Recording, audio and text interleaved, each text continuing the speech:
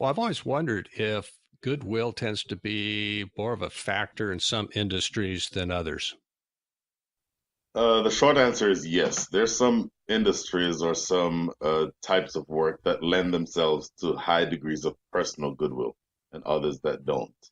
So, as a general rule, if you are in an industry that involves a high degree of touch, meaning personal touch, as you would think a doctor or a cosmetologist or a massage therapist, businesses that have the end user providing really close personal service to the client tend to have very high degrees of personal goodwill.